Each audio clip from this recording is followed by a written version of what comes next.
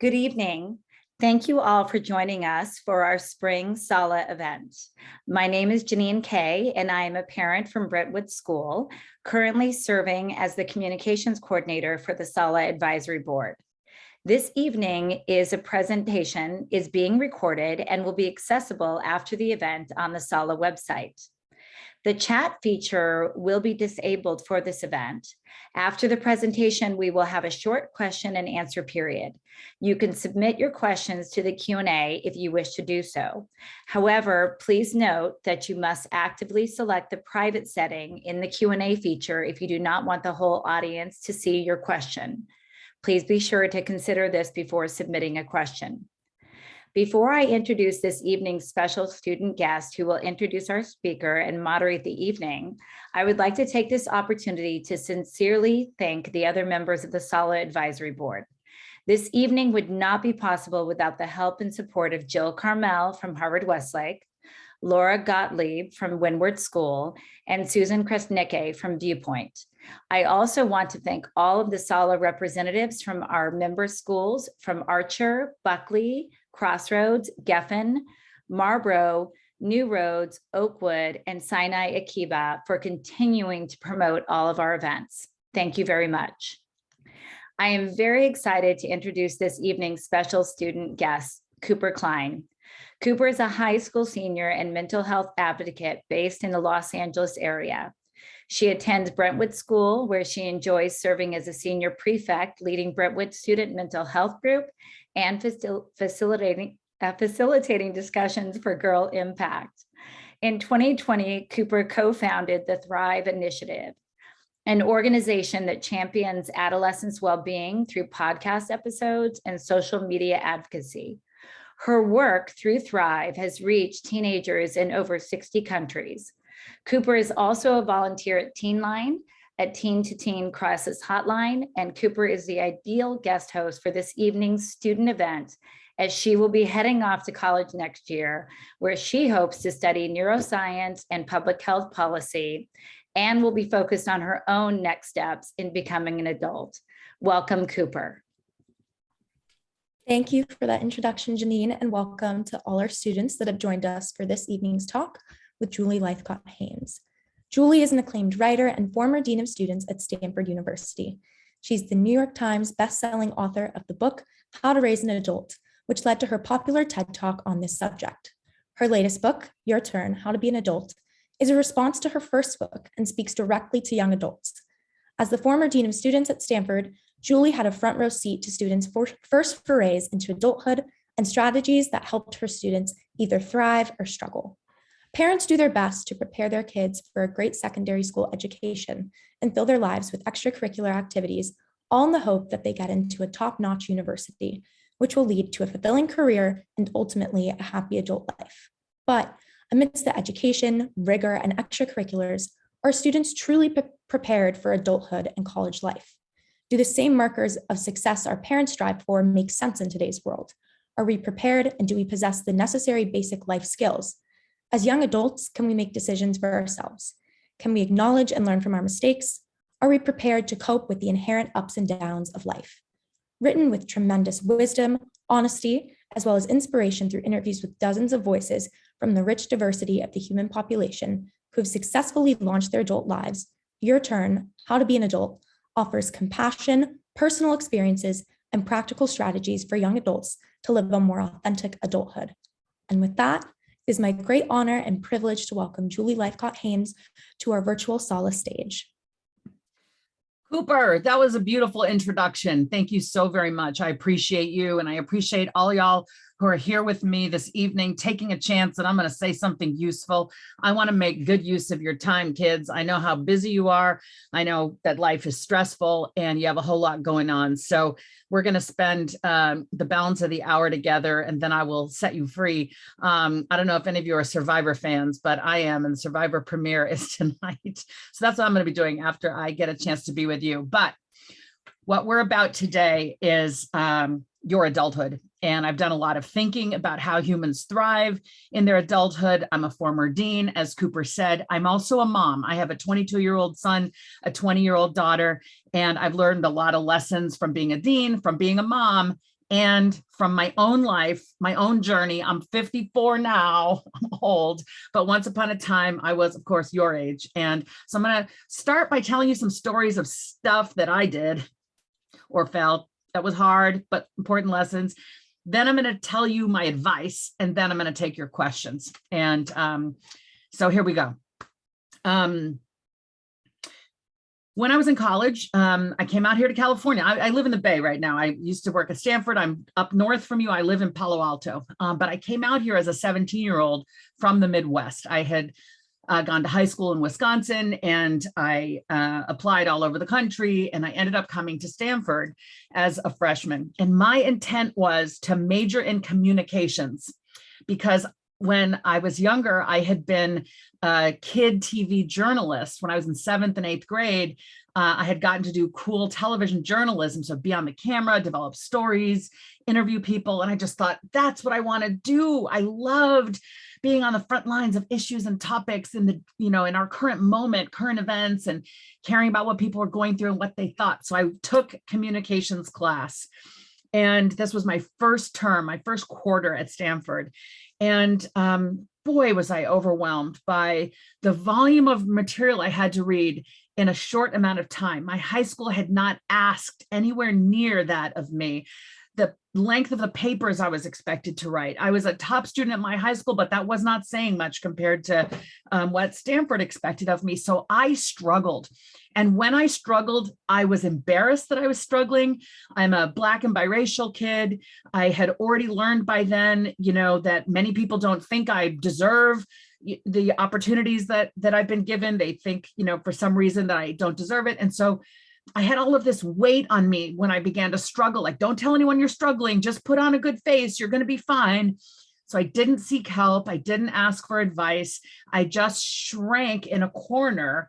I don't know what I thought was going to happen, but the inevitable thing did happen. I earned a D in that class, communications, and my entire GPA that term was a 2.0. I had a B in a humanities class, a C in calculus, and a D in communications. And I was so ashamed. My family was counting on me. I come from a highly educated family. They were counting on me to do well. And, I was counting on me to do well. And back in those days, it was all before the internet. And so your grades came in an envelope in the mail at college. They would come to your student mailbox. So, I get my grades in January of my freshman year, and I open them and I see this 2.0, and I'm just scared. And I don't know what to do. And I'm kind of now just going through the motions. My parents and I are on the phone a month later in February. They're back in Wisconsin, and they finally ask me, baby, how did it go fall quarter? And I just start to cry. And I just feel I've let them down. And I'm worried that I don't know how to turn this around. And they reassure me over the phone that they love me and that they believe in me. And then they say, why don't you go see those people at that nice advising office that we heard about when we dropped you off for orientation. So I go into the advising office, which is called Sweet Hall, and I make an appointment. And I sit down with an academic advisor, and she asks me, what are you taking and why are you taking these things? And how do you study? How do you take notes on your reading? How do you take notes in class? How do you prepare for exams? How do you draft papers? How do you approach your problem sets? And I really didn't have much of an answer to any of those questions, because high school had not been that hard for me. I hadn't had to even know the answer. I just did my work, But now it seemed to take like so much more organization, and I don't know. So she listened, we talked, and then she just smiled and she said, Julie, you have what it takes up here to thrive here, but your time management needs a lot of work, kid. And your study skills could use some tuning up. So we've got workshops for that. We've got people who can give you advice and guidance. Please seek out those resources. And also she said, why don't you start taking classes you love instead of classes you think you're supposed to take? Like calculus for me was definitely I better take calculus. And no offense to those of you who love it. I did not love it. So she said, take classes you love. Why?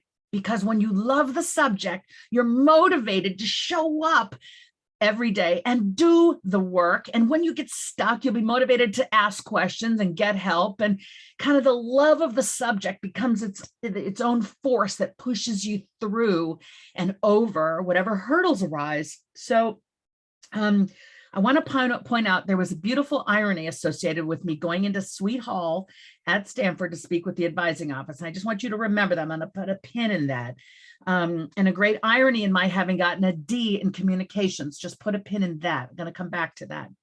But now it's spring quarter at Stanford, and I've taken the advice to study what you love. And my parents have reassured me that they love me and they believe in me. So I'm in a civil rights class in the political science department. This is a class where we're learning about law as a way to make things better in our nation, the history of the use of civil rights doctrines to improve the quality of life and secure the rights of people who've been marginalized. And I want to go to law school to be a lawyer who's going to make things better for people who are on the margins. And this class is going to be what leads me to go to law school, and I will. But for now, I'm just a freshman, and there are 200 people in this class.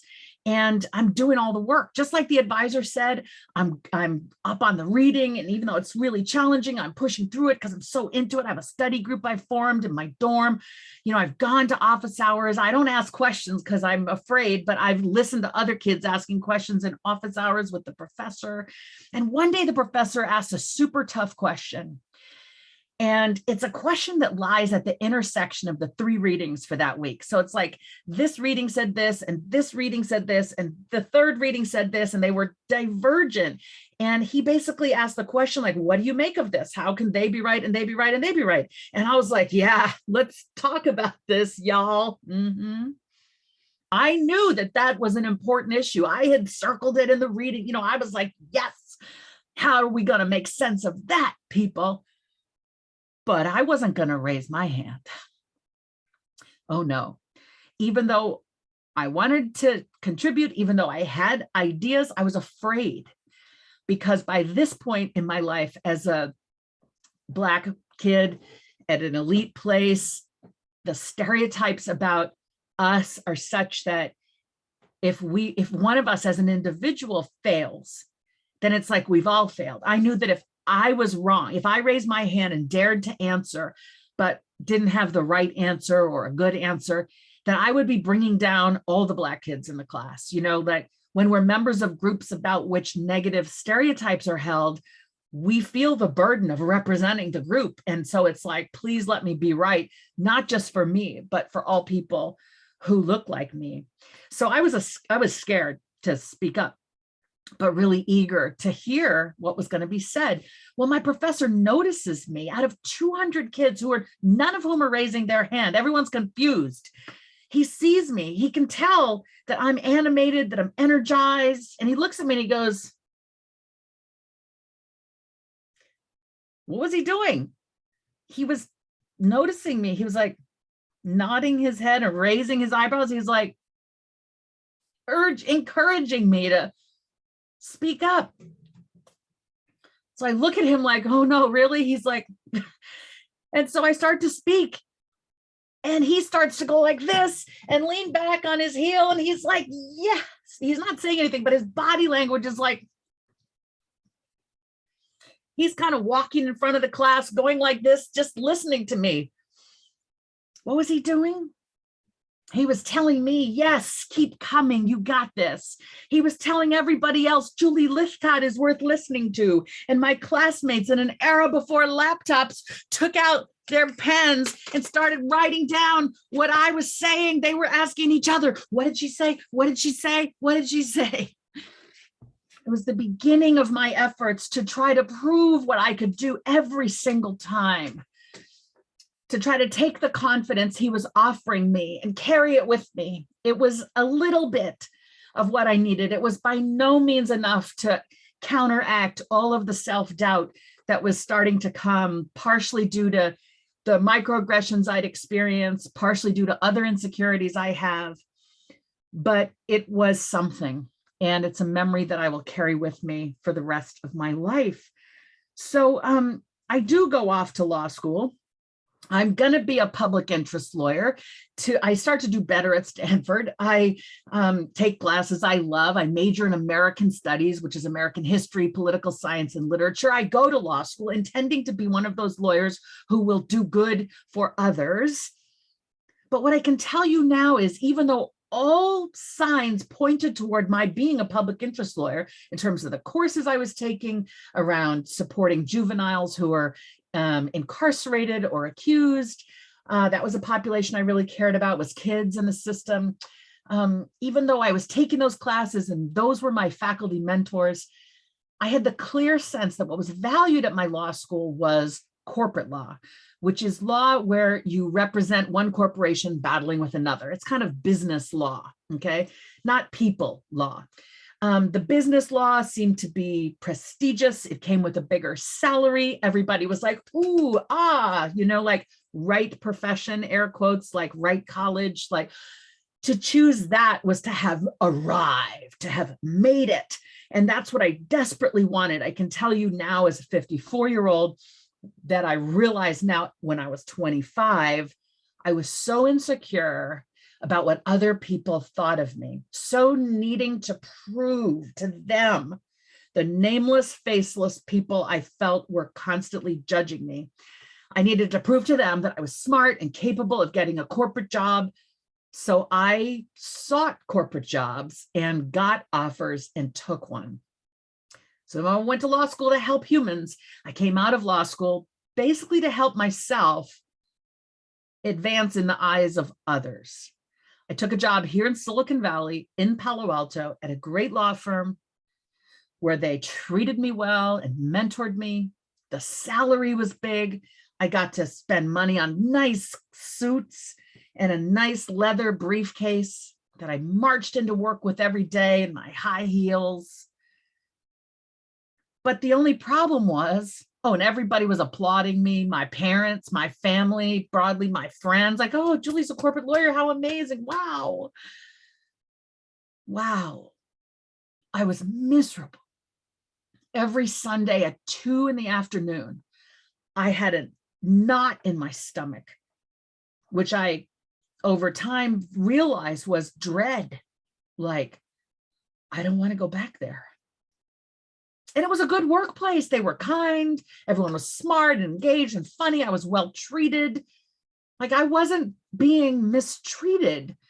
My body, my spirit was just telling me, girl, this is not why you are on the planet.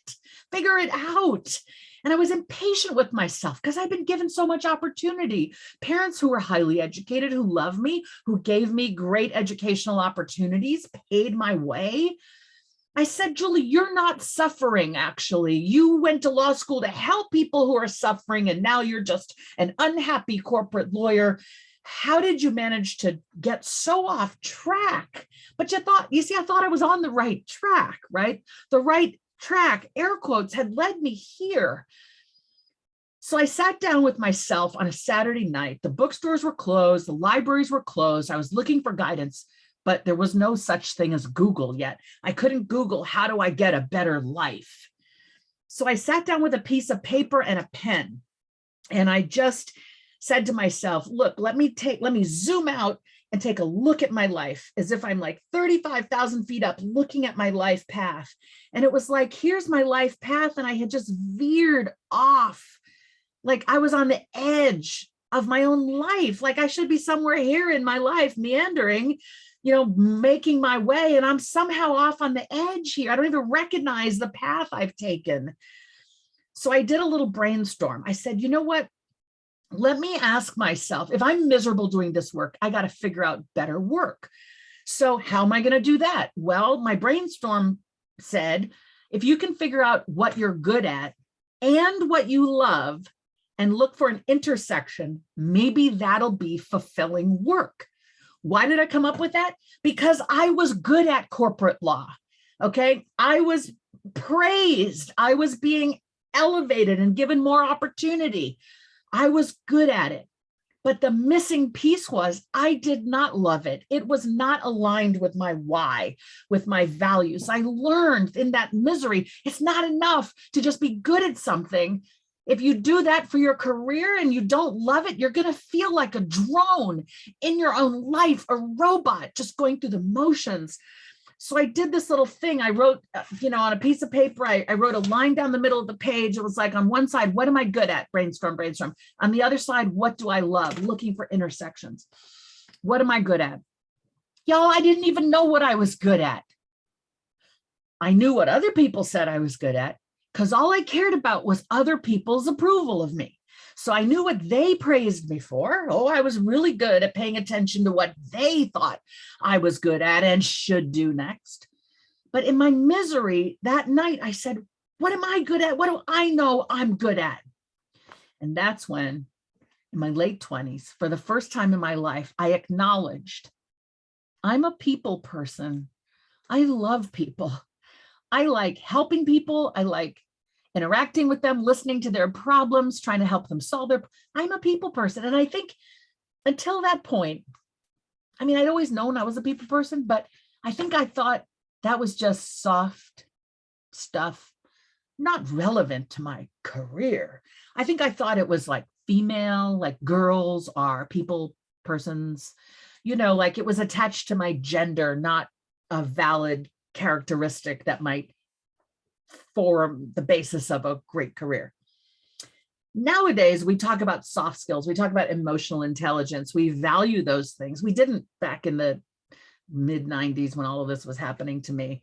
But that night, because I was so unhappy, I was like, I'm going to write it down. I'm a people person. I like working with blah, blah, blah. Okay. The other side of the list was easier. What do I love? Cheeseburgers, red wine, good fiction, Dan, my boyfriend who'd become my husband, who's now my boyfriend of 34 years and husband of 30 years. And Stanford. I put Stanford on the list because I had gone there and loved it. It was right down the street. And so I was looking for an intersection of the list. I want to work with people, and cheeseburgers.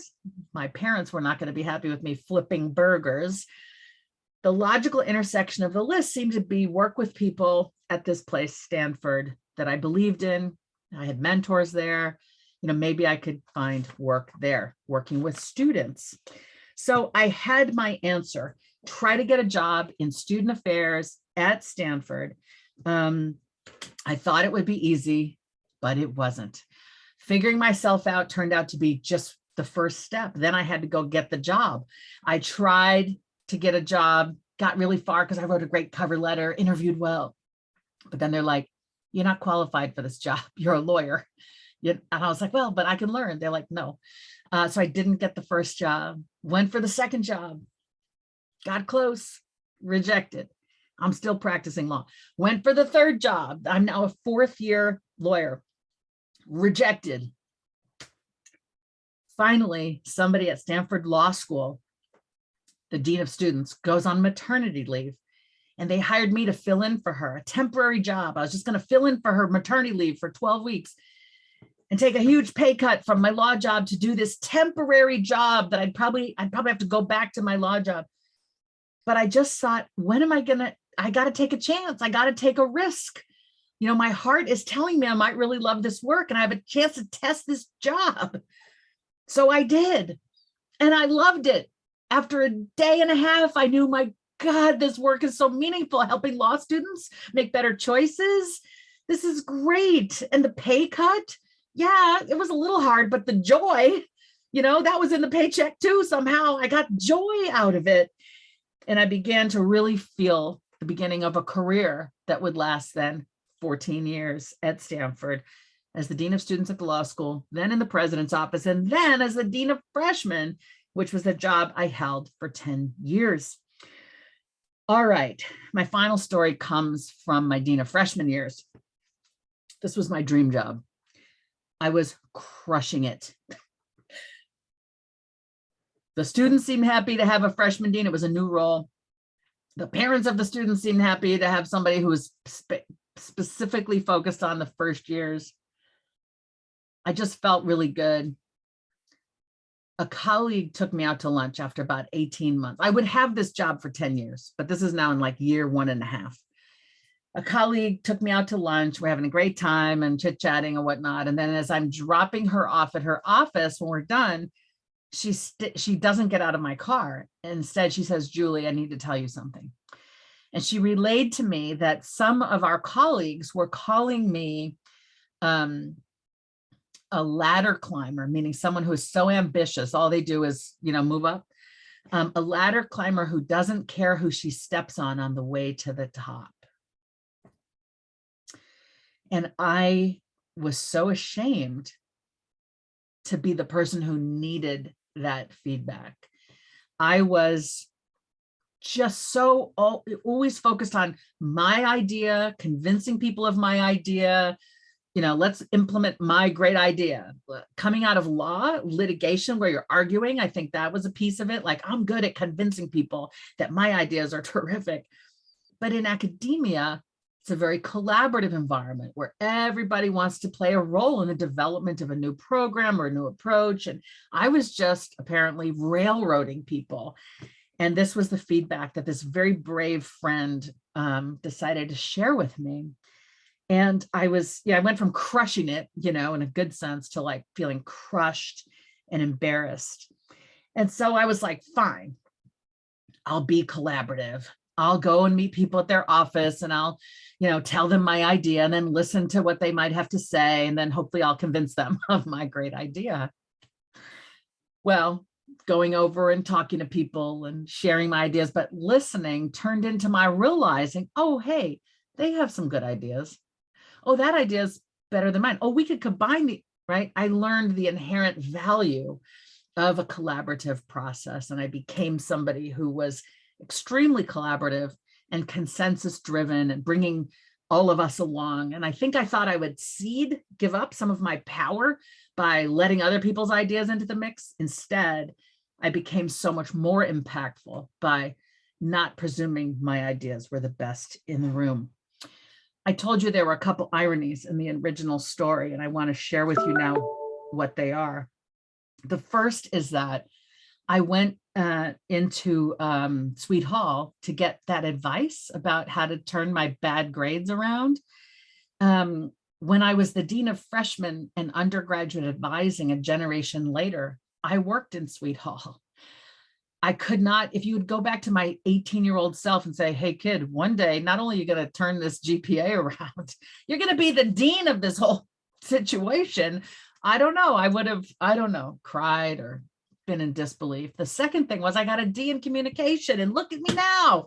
This is my third book, y'all. And I got a TED Talk, right? I can communicate, as it turns out. So the lesson there, the irony is, just because you get a D or an F does not mean it's all over. Okay. You don't need to hear that now, probably, but one day if you're struggling in that regard, just remember this story. All right. So those are some of my stories. Now I'm going to turn to some advice. Then we're going to get to your questions. I got about 9 pieces of advice for you. All right.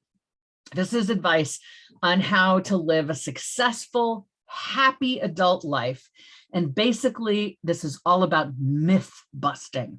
There are a lot of myths associated with adult life, and I'm just going to bust them down. Myth number 1, that your parents are supposed to take care of your business, track everything, manage everything, handle it all. No, it is kindly intended. Believe me, I know, because I'm a mom. I told you that.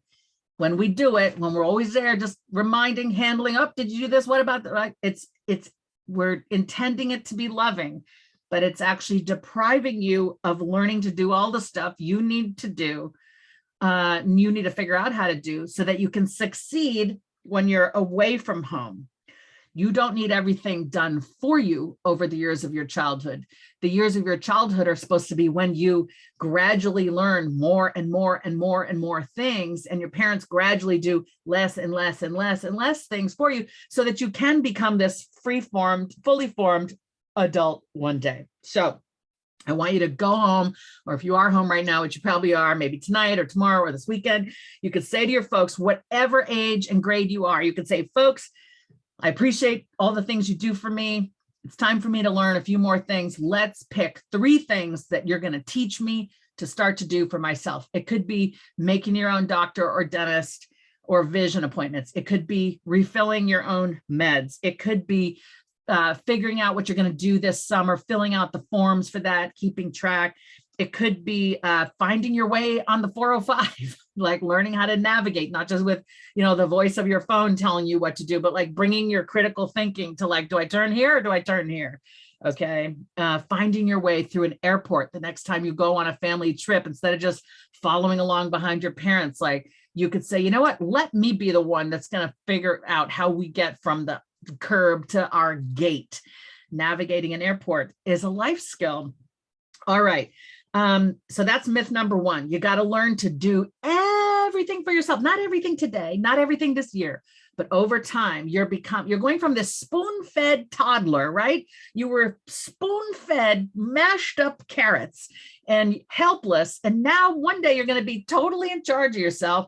It takes little minute moments of practice every step of the way. And that's exciting because that's how you develop agency, which is I can do stuff, and resilience, which is I can cope when stuff goes badly. Okay. These twin things, I can and I can cope, agency and resilience. These are the foundations of your mental health and wellness. They matter more than anything. All right. Myth number two, the myth of the right college and the right path in life. Let's battle those right now.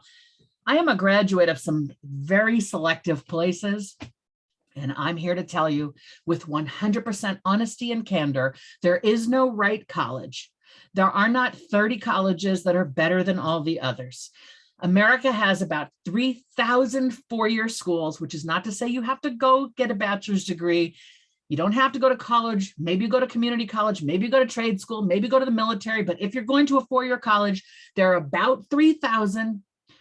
And the top 5% of them, do the math, is 150 schools. 150 schools are in the top 5%. Okay, so we can all take a deep breath and say, I don't have to be designing my entire childhood to try to get into a place that's admitting 2 to 5% of the people. Okay, you don't need to do that. Okay, here's what really matters when it comes to whether the college is right for you. People who are successful and happy in life, turns out, had mentors in college. Okay, there's a big Gallup poll study of thousands of Americans, and it shows that no matter where they went to college, whatever tier the college was, down here, up here, they're successful in life, most likely, if they were mentored in college. Well, where are you mentored? You're mentored where the faculty have time to spend on undergraduates. Tends to be small liberal arts colleges where they don't have graduate students and a research agenda that they have to be busy pursuing. Research and scholarship is the job of faculty at a big university, but at a small college, the job is to teach and mentor undergraduates, which is why one of my favorite lists for colleges is colleges that changed lives, 40 small schools. You haven't heard of them, but uniformly, the alumni say, this place changed my life. So I want you to think about, where can I be mentored? Meaning, where can I get faculty attention?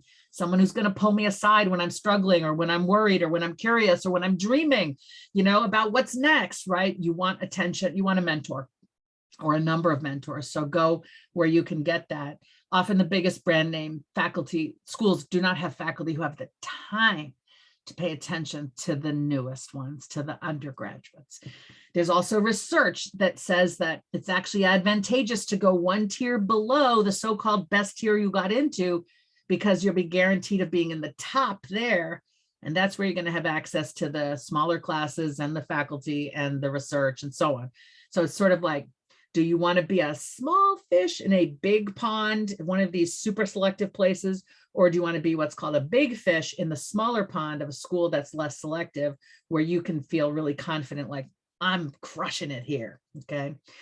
And more research shows that students who had the grades and scores to go to these selective places, but didn't and went somewhere else, their income 20 years later was no different from the kids who did go there.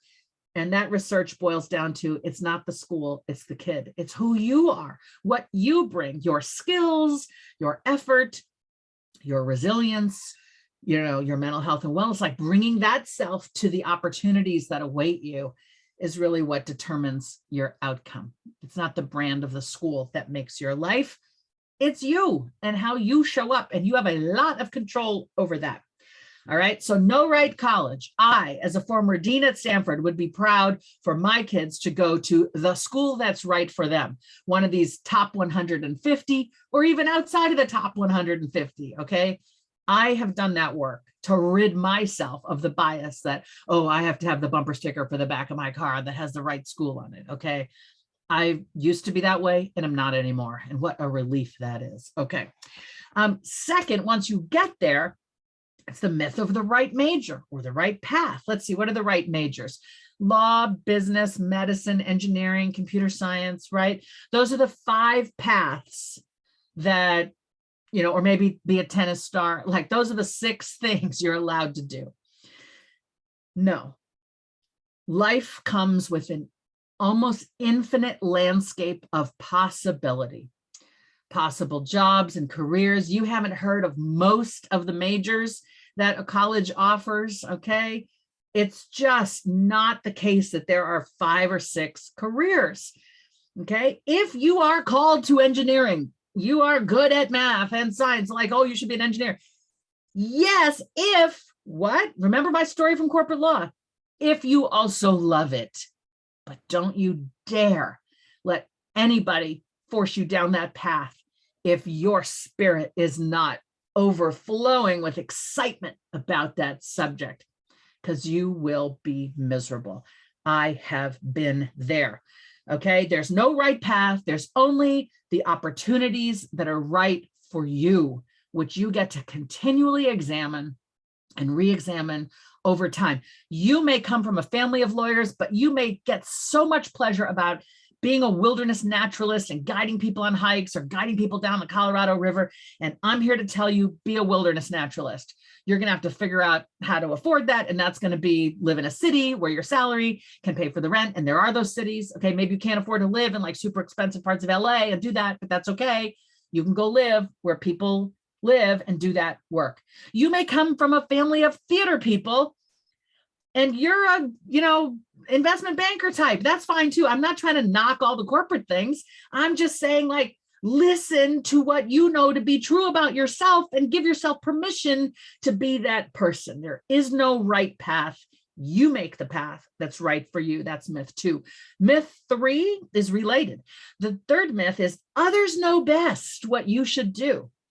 Okay, now we're going from the societal right path, right school, right college, right major to family, extended family, ethnic, cultural community, peers, right? All the people whose actual voices are in your head, telling you what to do, what not to do, what to pursue, what not to pursue. This is what I call the cacophony, which is a big fancy word for noise. The cacophony in your head of other people's opinions about how you should and should not lead your life and what you should study and who you should be and who you should love, all of that, the noise in your heads that is other people's opinions. I just want you to work at drowning that out for a moment, like saying, okay, noise, like I'm not listening to you right now. I need to listen for my own voice lurking inside your spirit right now. And probably as I say this, it's going to share some things with you, right? Your own voice is begging to be heard. Your own voice is the voice of, what would I do if it was only up to me? Let me ask you that. What do you think you might study if it was just up to you? What do you think you might do for a career if it was just up to you? What do you think you might do if no matter what you chose, your family would be so proud of you and so happy? Let your own ideas fill that silence. Get better at listening to that and honoring that. Like, yeah, I'm really good at that. Yeah, I'd really love that. I'm here to say you can craft a life in furtherance of being that person. You are not here to be a robot or a drone. You're here to be you, and you're the only one who can figure out what that means. So I want you to ask yourself those big questions. And for some clues, ask yourself, like, maybe you don't know what you're good at or what you want to do, right? Or what you want out of life. You can ask yourself, when was I last in flow? Flow is the concept in positive psychology, that is a state of mind we're in when we lose track of time and we don't notice we're hungry or thirsty. We're so into the thing. It's challenging us, but we have a lot of skill and we can keep getting better at it. So we're not bored sitting watching a show, or we're not terrified by the challenge. It's this sweet spot where it's challenging, but not scary. And musicians call it being in the groove, and athletes call it being in the zone. And for everybody, we can call it being in flow. Ask yourself, when am I in flow? Because that's a clue that you dig that stuff, and maybe that should be something you spend a whole lot more time doing. All right, myth number 4, you should have it all figured out by sophomore year of high school, junior year of high school, senior year, November, because you want to apply early, definitely Jan. This is all a myth, okay? You do not have to have it all figured out, okay? Your narrative, your passion, okay? No, you're going to spend years figuring out who you are, what you're good at, what you love. You're going to take on different jobs and pay attention to how you feel as you do the job. What do you like about it? What do you hate about it? Do you like the industry? Do you like the type of work? You're going to be collecting data on yourself for quite some time. The notion that you have to have it all figured out to impress a college admissions dean is one of the most broken aspects of our system. Any college dean that's insisting that you have to have it all figured out by the time you're 17, I have very little respect for that perspective. All right, don't go to that place, okay? Plenty of places will allow you to be undecided and not expect you to have it all figured out, okay? Some kids do have it all figured out, more power to them. But if it's forced upon them, that's when things start to go off the rails, all right? Okay, myth number 5, the myth of keeping your options open, okay? You know this, right? You say, oh, I think I want to do this summer. Oh, don't you want to keep your options open? Oh, I think I want to take this class. Oh, don't you want to keep your options open? Can you see that don't you want to keep your options open is like a thinly veiled critique of what you just said? It's their way of saying, like, I don't like what you want to do. Keep your options open, meaning wait and choose something else later. It presumes there is a right option that you will one day get a magic signal to take. And that's not true. There is no right option, right? There are myriad things you might do with your life. You can't possibly do it all. Start anywhere, pick something that feels good and see what happens, okay?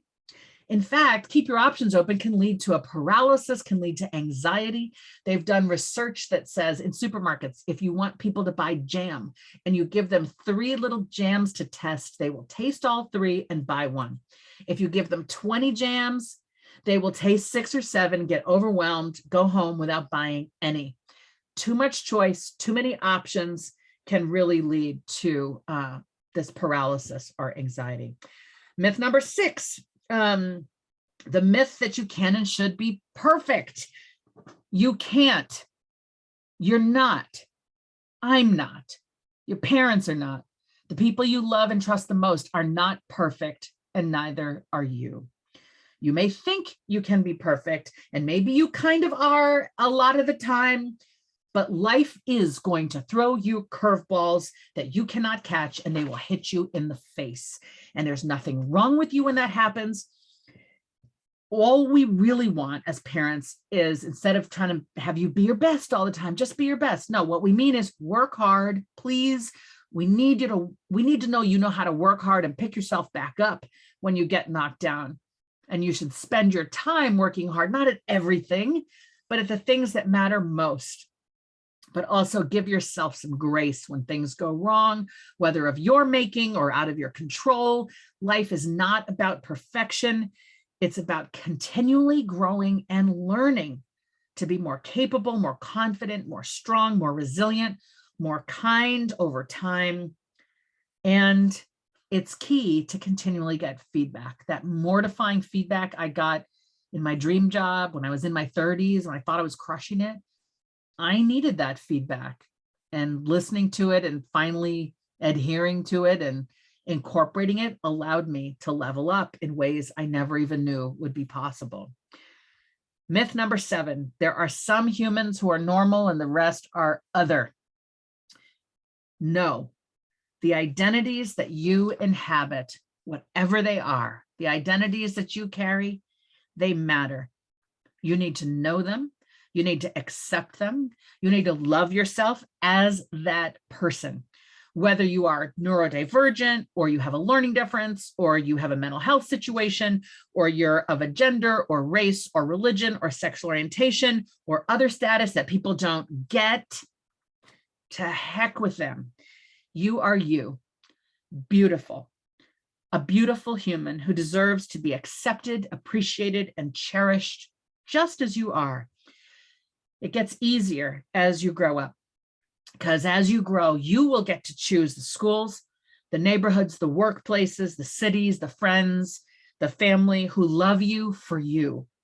And when you do the work to fully accept yourself in all the identities you carry, as I finally did around my Blackness and biraciality at the age of 39, took me a long time.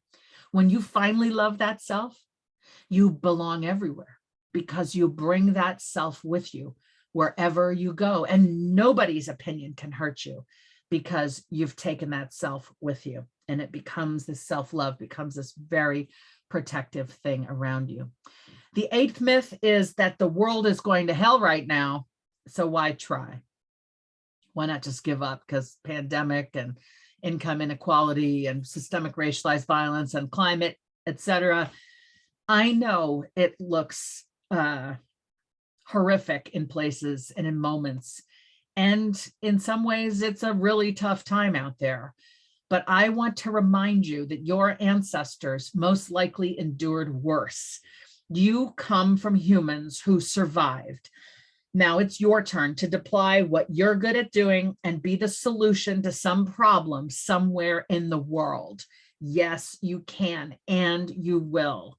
Okay, we are all getting us all through this. Okay, we are, and you're going to be a part of it. And the final myth, number 9, the myth that you should focus on college, school, career, academics, above all else. Wrong. Humans are key to your survival. We need each other. You're going to need to work with humans to get your needs met in life, and you're going to need to help other humans. We need to be talking with each other, connecting, touching, sharing, being vulnerable, offering support, showing up for each other. Your number one quality to cultivate, if you were to ask me what's the one thing, Julie, I should focus on, I would say, in order to be great at being with humans, which is really the key to longevity and a healthy life. Studies show it's not your cholesterol level that determines whether you live a long life. It's the quality of your human relationships. Crazy, right? Level up your kindness with humans. Your act of kindness, which doesn't cost money and won't cost you a moment of sleep, which I know you're deprived of. You can just choose to be kind, flip the switch, be kind in that moment. It helps that person you're kind to. It makes you feel better too. And anyone who watched you be kind, their day gets better too. And they're more likely to be kind. So this is how kindness becomes this magical butterfly effect that can actually change the world for the better. All right, y'all, I'm done. I'm just going to, the last thing I'm going to say, this is your one wild and precious life. I'm quoting the poet Mary Oliver, who died recently. This is your one wild and precious life. It awaits you. I believe in you, and I'm rooting for you to be simply the best you. Thank you very much. And now I think Connor's going to come back. Cooper's going to come back. Sorry, Cooper. We're going to take your questions. Yes, thank you so much, Julie, for an incredible presentation. We've been getting a great response from our community. We have some questions that we want to ask you. And to the audience, if you have any burning questions for Julie, please enter them into the Q&A now. First off, in your book, you talk about how the markers for success are different now. How can teens convince their parents that they don't necessarily need to follow the same trajectory, whether they're coming from parents of doctors or parents and families that are all lawyers? How can we tell our parents and help get them on the same page as us in terms of how we define success? Yeah. So, I had a chance to talk to hundreds of parents last night, and it's possible if you're here that your parents watched last night, so they may have some familiarity with me. And I actually told them that if a kid came out of this talk and said, hey, parents, I want to talk with you, that the parents need to really listen and not be defensive. So I've prepped them a little bit for the fact that you may want to say some things. And so here's your component of it. I want you, there's like a 6-step process to prepare for the likelihood of this going well, whether it's around what to study or what your identity is, or just anything related to like your deep knowing of what you want. You first say, hey folks, could we find some time to talk later tonight or this weekend? Okay, you're going to ask for time. That's going to scare them a little bit because they'll know it's serious, but not in a bad way. They'll just be like, they'll know you're being serious, and it feels like a very mature thing. Like, can we find some time to talk? I have something on my mind. So you ask for time. Then when you're in the time, you sit down and you start with praise. You say whatever is the highest form of respect you can articulate in your family. It might be, I love you and I know you love me, or it might be, I respect you and I'm grateful for what you've offered me, or you've instilled a lot of important values in me, which I'm really grateful for. Like whatever you can offer that is the highest level of respect you can offer in your family and your culture, do that. Now they'll really be listening because you asked for time and you've thanked them. They're going to be like, what is they going to say? Now you frame the issue, step 3. You say, I'd like to talk with you about, and you fill in the blank, your thoughts about my career, or your thoughts about what I might study, or your thoughts about what you want from me in terms of my relationships, or whatever. You define it, okay? And you say, I'd love to hear your thoughts, and then I'd like to share mine. Is that cool? And they're going to say yes. Step 4, they share, okay? They're going to say, well, you've always been good at arguing, so we think you'd make a great lawyer like all of us. We're all, or whatever they're going to say. And you have to actively listen. You all know how to actively listen better than the grownups typically, right? You know how to do it. You listen, you just say back what they've said to show them that you're hearing. You say, did I get that right? Is there more? Like you're really inviting them to share. Try not to be snarky, try not to be defensive, just reflect it back with as much grace as you can. Then you say, this is step 5. I think I said 6-step process, but this may be only 5. You say, all right, I'd like to share my thoughts now. Is that okay? And they'll say, yeah. And then you share what is on your mind. So you can see how the first set of steps prepare for the greater likelihood that when you finally share that you'll be heard. Okay. Now they may still push back, right? You're going to say, I know y'all are doctors, but I really want to be a theater artist, or I really want to go onto Wall Street, and you all are into sustainable farming, like whatever it is. Okay. They may push back, at which point you can say a couple things. One, you can say, did grandma and grandpa allow you to do what you loved? If they say yes, then you'll say, well, that's all I'm asking for, is the same thing. If they say no, then say, how did that make you feel when you were that age? How did you feel toward your parents when they were making you do something you didn't want to do? And that's where they're going to have some empathy based on their teenage self for what you're feeling now. Now they may pull a fast one on you and say, I hated it at the time, but now I'm grateful. And you can say, well, I'm at this place of like, I really want what it feels like to be the kid forced. It turned out well for you, but I'm not so sure that'll be the case for me. Could we give it, what's the harm of my trying? And finally, you might say, when you get older, you can't say this in the 7th grade. Maybe you can't even say it in the 11th grade, but by age 22, you can say, you may not understand or agree with my choice, but I need to make it. And I hope I can count on you to love me anyway.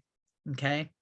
And ultimately you will be that person who will make those choices. And if parents don't choose to come along, and that's their issue, and they're going to have to work that out in therapy, but you're going to go live your life. In my book, Your Turn, I have one story of a kid estranged from parents who kid did everything right, but he turned out to be gay and they could not accept that. But they finally came back around after 10 years, but he was just himself regardless. But there's another kid who was estranged. His dad didn't like his career choice, and he's still estranged from his dad because his dad won't accept him. And he's like, what else? I'm good. You work that out. All of these things are possible. And the older you get, the more independence and freedom you have. That's great. And I feel like there's really good advice about how to start that conversation with your parents, because I know that can be intimidating sometimes to advocate for yourself and have those discussions. So the next question that I see in the chat is, someone says, I struggle a lot with perfectionism. How can I better remember to be confident in myself in moments where it matters? I love that. Well, just saying it to yourself, putting it in the chat is like step one, and saying it, knowing we're all interrogating it with you, is step two. Like you're being brave enough to say it. I've developed a little inner thing because I'm a perfectionist, but I also know it eats away at me. And I only feel sometimes as good as the last great thing that I did. Like I gave a, if I give a great talk and then it's like, oh, but will my next talk be great? I have this little loving dialogue with myself, which is, you worked hard at that. I will say to myself, like, you worked hard at that. I know, but it didn't go great. That's okay. What did you learn from it? Well, maybe I should have prepared more, didn't always go. I worked hard, but someone else got it. I just have this like little internal dialogue that is self-soothing. And then I'm like, okay, so next time I'll do it a little differently, or, maybe next time it'll go my way. That little interior dialogue is really, it's yourself talking to yourself. There's no one else that can soothe you out of that perfectionism. It's you. It's also maybe noticing, you can ask yourself, well, when did I learn a lesson from screwing up? I don't know if any of you are Game of Thrones fans, but Jon Snow said to Sir Davos, I failed. And Sir Davos said, great, go and fail again. Like every mentor will tell you, like, that's where the learning happens. So embrace that. Be like, you know what? Let me counteract this perfectionism by saying, let me find a time when I didn't do as well as I hoped. What did I learn from that? How did I grow stronger or more capable? How did it open a new window or new avenue for me? Or did I just learn to cope with being sad? That's a strength too. And that's something you gained. So you'll get better and better at it over time. I know you will. Mm-hmm. I think that's great. And I think there's oftentimes a fear of failure and rejection as a bad thing. And I think bringing a growth mindset to it and seeing what lessons can be learned from those setbacks, that's a really important thing that I'm still even working on developing that skill. Good for you. Another question I see in the chat is someone says, lately I've been feeling overwhelming anxiety at school. How should we handle it when we don't know what to do? I think the first thing I would say is find a friend. Just being able to say to somebody, I'm feeling anxious right now, someone you trust, someone you're safe with. Maybe it's a friend, maybe it's a trusted family member, maybe it's a therapist. Anxiety is a part of life for many of us, and being able to notice it and say, that's what's going on for me, is the first step in being able to tame it, because then we can move into some activities around, am I catastrophizing? What do I fear? But what do I actually know is true? Like I'm worried about this, that, and the other. Let me try to get some facts down about like what actually I know for certain is a real thing, as opposed to my brain worrying about something. I'm not a therapist, so I don't want to venture off here into too much advice, but I think anxiety is a real thing, and your school counselor or a private therapist that you have, or a trusted person who has the skill to listen as you work through it, is where I would turn. And of course, people take medication for anxiety, and maybe that's something you want to do. But what I want to just say is, you're not alone. A lot of us deal with it. I do, my son does, my daughter does. And I have found such relief in being able to say, oh, that's my anxiety. Okay, that's my anxiety. My anxiety is trying to protect me, but I need to let it know that, it's actually a little out of control, and I need to just focus on what's happening right now rather than worrying so much. Mm-hmm. Absolutely. Kind of going back to something you were talking about earlier, with the bumper sticker and being very focused on one school or a select group of schools. How did you rid yourself of that mentality of being so focused on one school? Because I certainly have been there, focused on one school in one place only, when that mentality can actually be very difficult. So how do you, get rid of that and move to a more open mind? A couple thoughts. One is, I was talking to the admissions officer at Smith College, which is an amazing women's college in Massachusetts. And she's somebody who goes around New England talking about Smith and college admission generally. And when she gives her talk, she tells people, this was, maybe 15 years ago now, so maybe the rates are a little bit different, but 10 years ago, she told me this. She would tell people like, okay, so college, some of these places you want to go to have a 5 to 10% chance of admission, which is pretty low. Of course, now it's just gotten worse, right? She said, let me ask you this. When it's when you wake up in the morning and there's a forecast of rain, 5 to 10% chance of rain, do you take your umbrella? And everyone's like, no, I'm gonna take my umbrella. She's like, right. Why don't you take your umbrella? Because it's not going to rain. She's like, right. 5 to 10%, it's not going to rain. So why is it when there's a 5 to 10% chance of admission, you think it's going to rain? You think your kid or you are going to, those odds are going to work out in your favor. It was a beautiful reframe. It helped me really appreciate the statistic, 5 to 10% or 2 to 5%, even worse. My feeling is to get admitted to one of these impossible places is sort of like winning the lottery, where you're like, wow, that happened, instead of I'm a loser because it didn't happen, right? So it's sort of a reframe. You may be you may be incredibly qualified for one of these places. And the trouble is, like my former colleague at Stanford, the admissions dean, has said, I get 40,000 applicants and 30,000 of these kids can do the work, which doesn't make you any less special. You just look at the number of high schools there are in the United States, like the valedictorian of every high school. There's not enough room for even all the valedictorians at all of the most elite places, right? So that's why we have to widen our blinders and look at 150 schools. I mean, not to apply to 150, but be willing to look, in other places and have confidence that you can go to one of those places and thrive. Here's another piece of evidence. I went to Harvard Law School, as it turns out. I don't like to mention all these brands, but it's relevant to this conversation. Harvard Law School every year has a class of 540 people. And routinely, I have this list in the back of my anti-helicopter parenting book.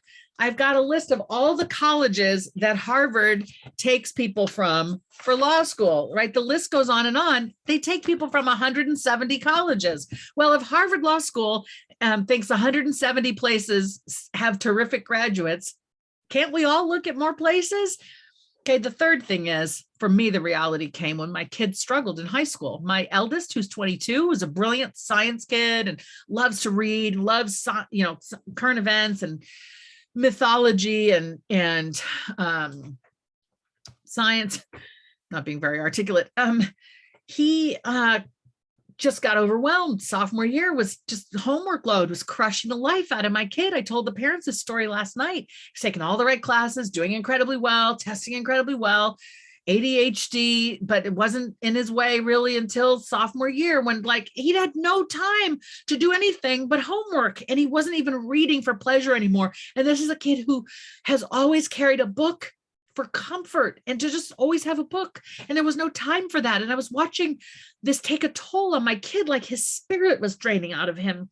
And finally, my husband and I had to say, even though we want him to do all this and he's doing so well and he's going to go to that college I worked at, we met at, I gave birth to him there. Was in preschool there, right? I'm talking about Stanford. Does our kid need to drop a class to get some room back, to breathe? And that night, when we made the decision to ask our kid, do you need to drop a class? And he said, don't I have to do all of this? Isn't that what'll make you proud of me? Oh my God, as a parent, I was just like, oh my God, oh, my child, I love you because you exist. I don't, however badly I needed all of this, you're suffering. I decided that night that his suffering, or reframe, his wellness, his thriving mattered more to me than some college. So we let him drop a class, and he did.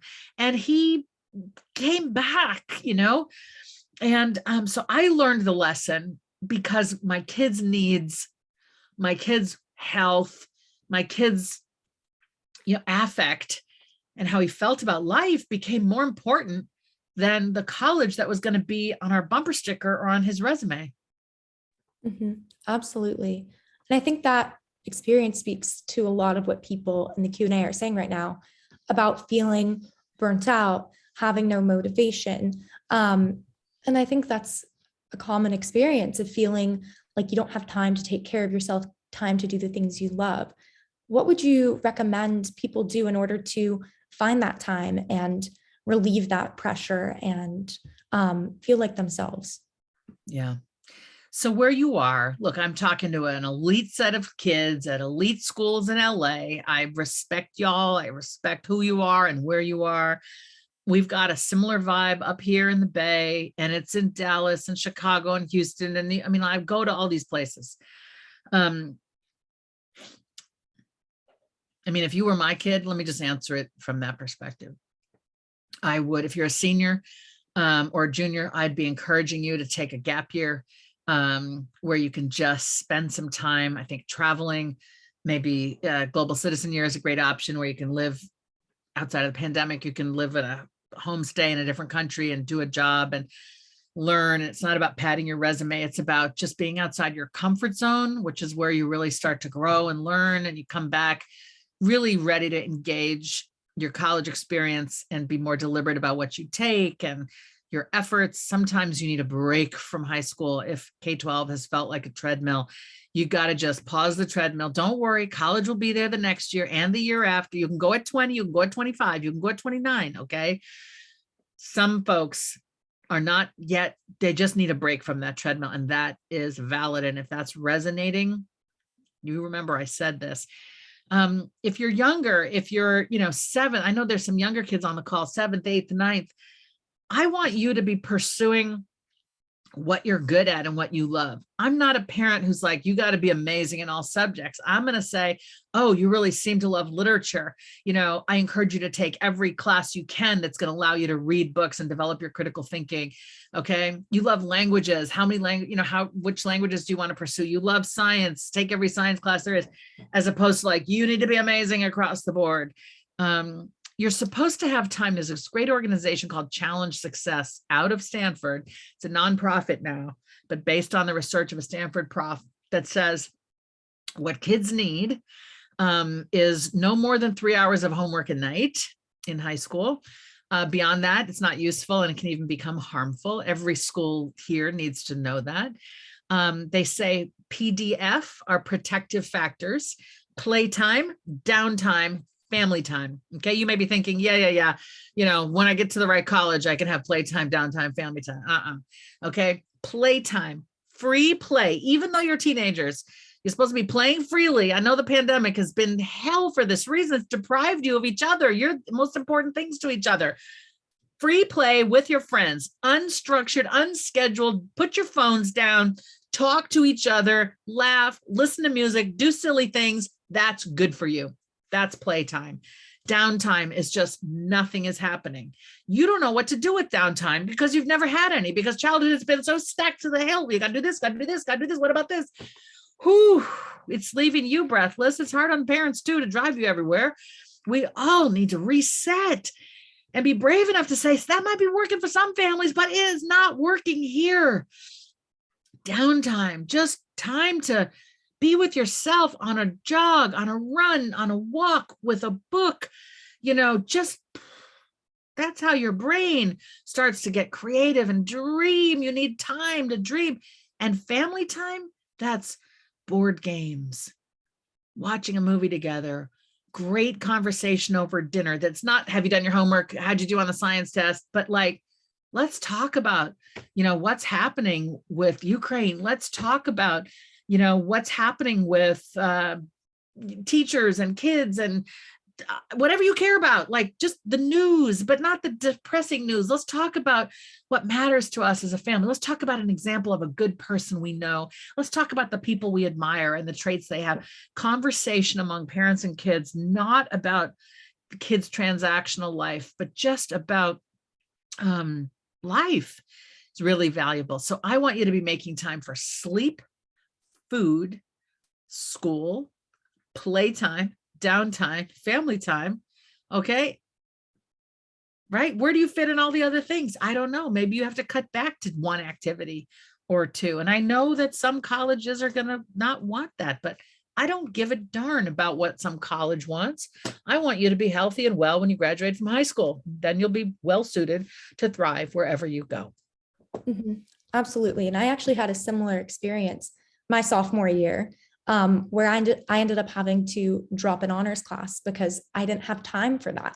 And it ended up being a great decision for my own wellness, to make that space for PDF, like you said. I love challenge success, and I actually spoke with Dr. Pope a few months ago.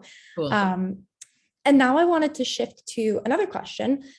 Someone asks, when you got a D in one of your classes, in what ways did that encourage you to try harder?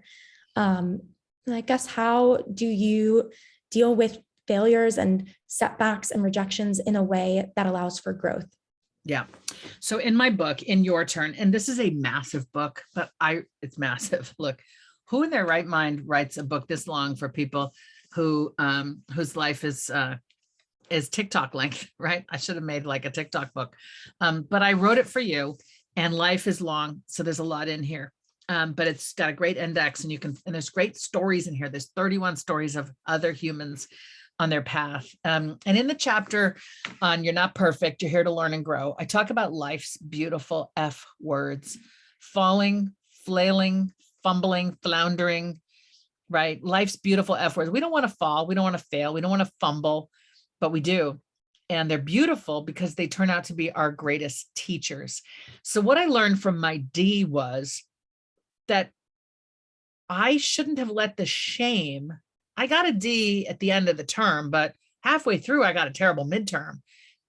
I probably got a D on that midterm. So I knew that not all was right. What did I do? Nothing. Okay. What I learned from it: when you struggle, ask for help. I should have gone into that advising office in Sweet Hall in October, not in February. Okay, I should have gotten help sooner. I should not feel ashamed that I'm confused or lost. I should go up and very respectfully say, may I make an appointment? I'm struggling. I don't even know what I'm doing. Just ask for help. There's no shame in asking for help. You don't want to be constantly asking for help, meaning you're not even trying to figure it out for yourself. Some bad thing happens. Don't just ask someone else to deal with it. The older you get, the more it's on you. But when you're like, I really am in trouble, I am at a loss, I don't understand, I don't even know where to start, go get some advice and help. Humans want to help humans. And there's no shame in that. So that's probably the key lesson I learned from that D. Absolutely. Someone else says in the chat, all of my friends have their careers laid out, and I still don't know what to do. And my fear is that I still won't know what I want by my senior year. How can I find my passion? Okay, I'm looking at some of these Q&A questions, and they're hilarious. They're like people talking to each other. Okay. I know it can be daunting when everybody around you seems to know their plan. I'm going to tell you this. Some people do know their plan, and it's really their plan, nobody else's, that they're being forced to adhere to, and it'll turn out to be their plan, and they will go live that life. Some people have a plan that really isn't their plan, but it feels safe because they've been told to do it, or it's what everyone else is doing. And it's like, that feels safe. I'm going to pursue that plan. I'm not excited about that. And those folks have kind of a big brick wall coming up because they're going to realize this is not really my plan. Most people in the grown-up population did not have it all figured out in high school. We figured it out in college. We figured it out after college. We figured it out by majoring in something we turned out to hate and then giving ourselves permission to major in the other thing. We figured it out by going to the wrong grad school and dropping out after 3 months or 3 weeks because we realized, oh no, this is not for me. Sometimes the very, very wrong path is what gives us permission to pursue the right path. So instead of a life of, oh, I have a plan and it's perfect and it's right. Actually, trying anything and seeing how you feel about it is a great way to collect data about yourself and the world. So you want to choose a place that doesn't require you to know what you want to major in. There are plenty of schools where you can be undecided until the end of your sophomore year of college. Unless you're headed to engineering, you will still be able to graduate in 4 years, even without declaring until the end of your sophomore year. Plenty of time to explore. And it's not about a one-on-one relationship between what you major in and the jobs. Like, why are you studying psychology? You're going to be a psychologist? A lot of people make that misinformed conclusion. Psychologists are learning how humans think and feel and how they make decisions and why. Psychologists are incredibly valued in almost every workplace environment because they're the people that understand the humans. Okay, that's an example of a major that you might think, well, where's the work in that? I don't want to be a therapist. You don't have to be a therapist. You can be, trained to think like a psychologist and be useful in so many places. So in short, have no fear. You will figure it out. Be happy for those who seem to have it figured out. And when they ask you, what are you going to do? I want you to have the confidence to smile and shrug and say, I don't know yet, but I'll figure it out, and know that that's true. Absolutely. There are a lot of questions in the chat about mental health and reaching out for professional help from parents. So how can teens be advocating for that and taking care of themselves and starting these conversations with their parents? I think more so than ever, we're all quite aware that mental health is everything, that it's not something to poo-poo or not care about or dismiss. It's something to center. When we're mentally well, we are able to carry on. And so my message to parents is, when you have a kid who is struggling, notice that, care about it, center it. I told a story about not really getting one of my kids' struggles until he was really in quite a bad situation. And my message to parents is, don't make my mistake and fail to understand it sooner. So to kids, I would say, if your parents are people you can talk to, let them know, go to them and say, I'm struggling. I think I need help. Ask for what you need. If your parents are not open to that, if they don't speak that kind of language, meaning they don't really get mental health or they don't believe in it, then many people culturally don't like to talk about these things. I would find a trusted adult, maybe a mentor, a coach, an aunt or an uncle, your parents' best friend, somebody who, you do feel gets it and gets you. Maybe you can open up to them and then they can help you talk to your parents. Maybe it's a school counselor. You deserve to get the support you need. And I hope that there's an adult or two in your life who can help you access the resources that you need. Mm-hmm. I think that's great advice. Another question is about finding your authentic and true self amongst all the noise. As teenagers, we have social media, which is giving us a lot of expectations on how to look and act, and your parents and teachers and friends. And oftentimes there are so many influences telling us who to be and how to act that we lose touch with our own voice and our own authentic self. So how do you find your authentic self amongst all of these different influences? My first thought here on social is social media can be an amazing way to find people who you can be in community with. This is the way in which the internet is really working. It's like, oh, you can find those people who have your particular interests or whose identities are similar to yours or whose life journey is similar. This is where no matter what town you're in, however small it may be, you're not alone because, you can find your people thanks to the internet and social media. But of course, it invites these terrible comparisons where we can feel less than or that we're not measuring up. I believe so strongly that each one of us knows within us who we are. And we spend a lot of time getting over what society, peers, family, media have told us is wrong with us. But then at some point we can emerge out of that and claim it and be like, I know who I am, and that's what matters. And part of that journey is just age and time. But on the route there, I think writing comes into play. I think journaling, like being clear with yourself about your thoughts, whether you write in a journal or you write song lyrics or you write poetry or whatever it may be, getting in touch with your own mind's thoughts is valuable. It's like you're starting to sort of work stuff out between you and you, So I'm biased because I am a writer, but I really think that's important. Another thing related is read the memoirs of people who seem to be on a similar path. I think we write memoir. I've written a memoir on being Black and biracial in white spaces, for example, on dealing with microaggressions growing up. This is my second book. I write memoir to be of service to someone else who's on, a similar path. And I think you can access those stories through memoir, through podcasts, through some great television or movies. There's all kinds of different ways you can access the narratives of people whose stories are going to help you come to terms with your own. Absolutely. Another question we had was someone wanted to hear more about what does it mean to be in flow?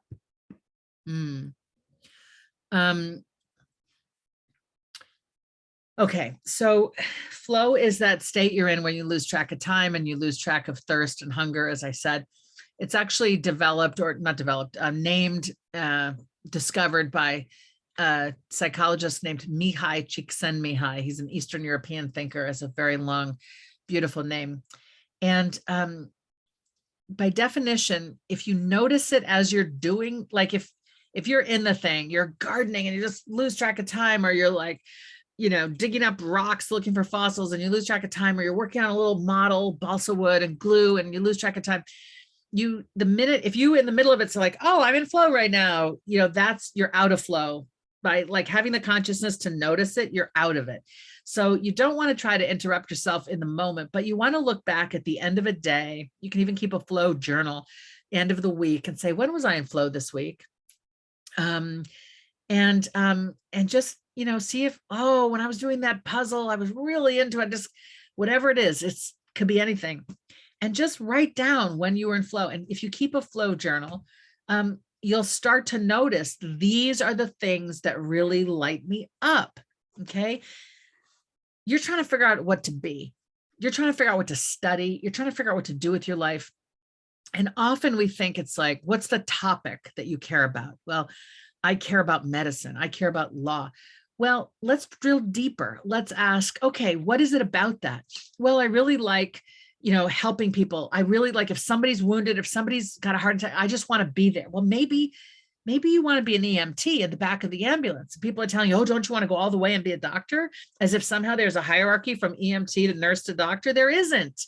In some people's minds there is, but if you want to be with the person in crisis, you want to be an EMT or an emergency room doctor or nurse, okay? There's so many doctors who don't really interact with patients, but the EMT is saving lives every single day. Or maybe you want to be a teacher because you love working with kids. And people are like, but you're so smart, you should be a professor. You're like, but I love fourth graders, or ninth grader, whatever it is. Like, don't let them tell you that what you want is not good enough.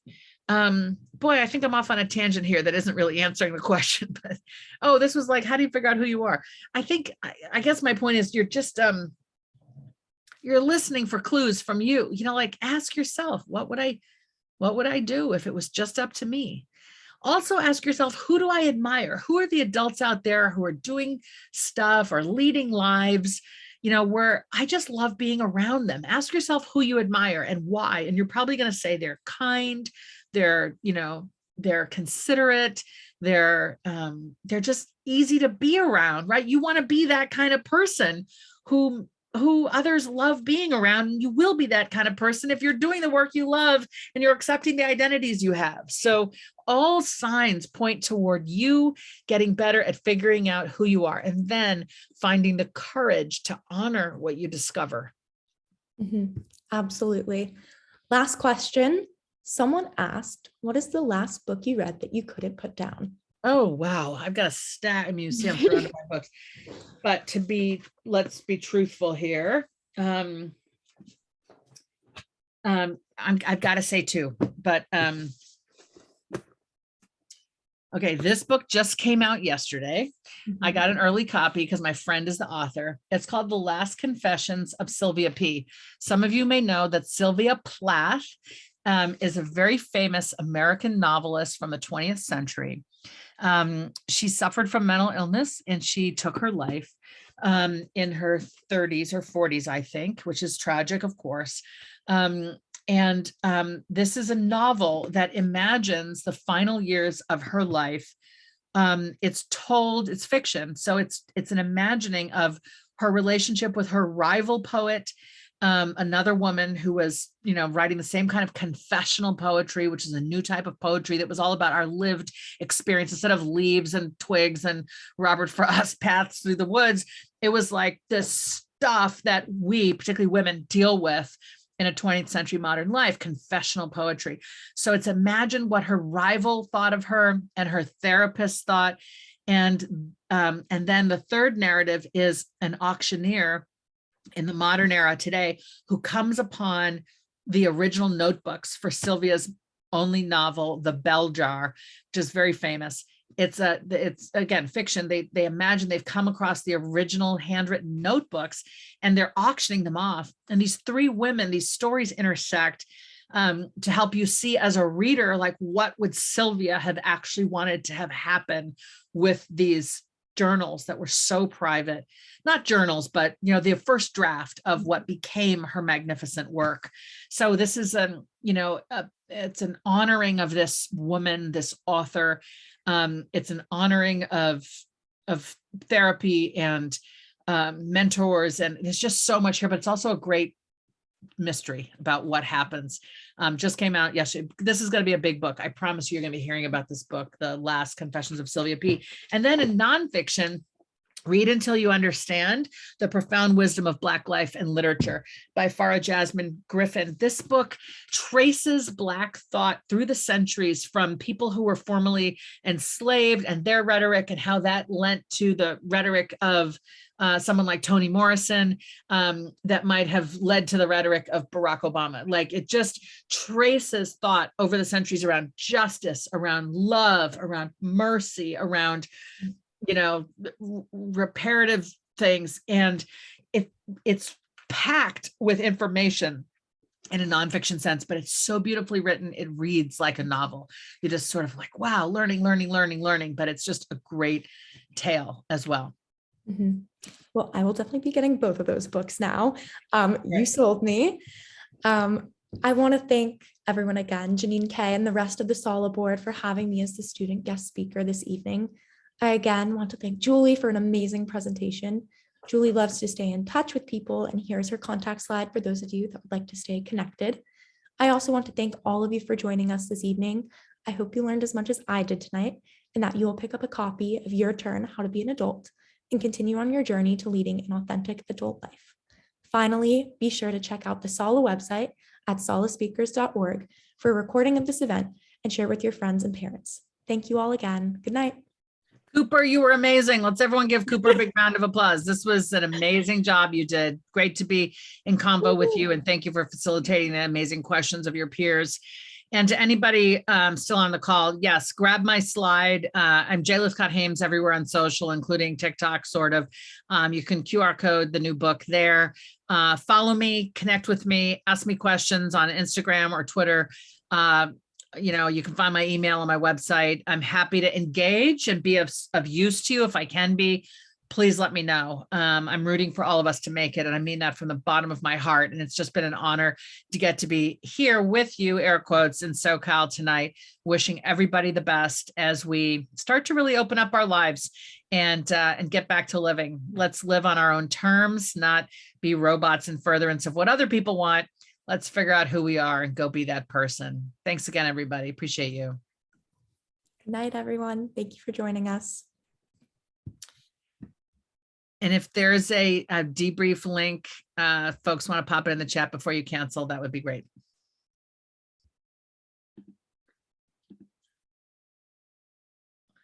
Or there isn't a debrief link, and that's fine too. Okay, everybody, we're done. Thank you. Thank you. Julie, check your email. Okay, we'll do. Thanks.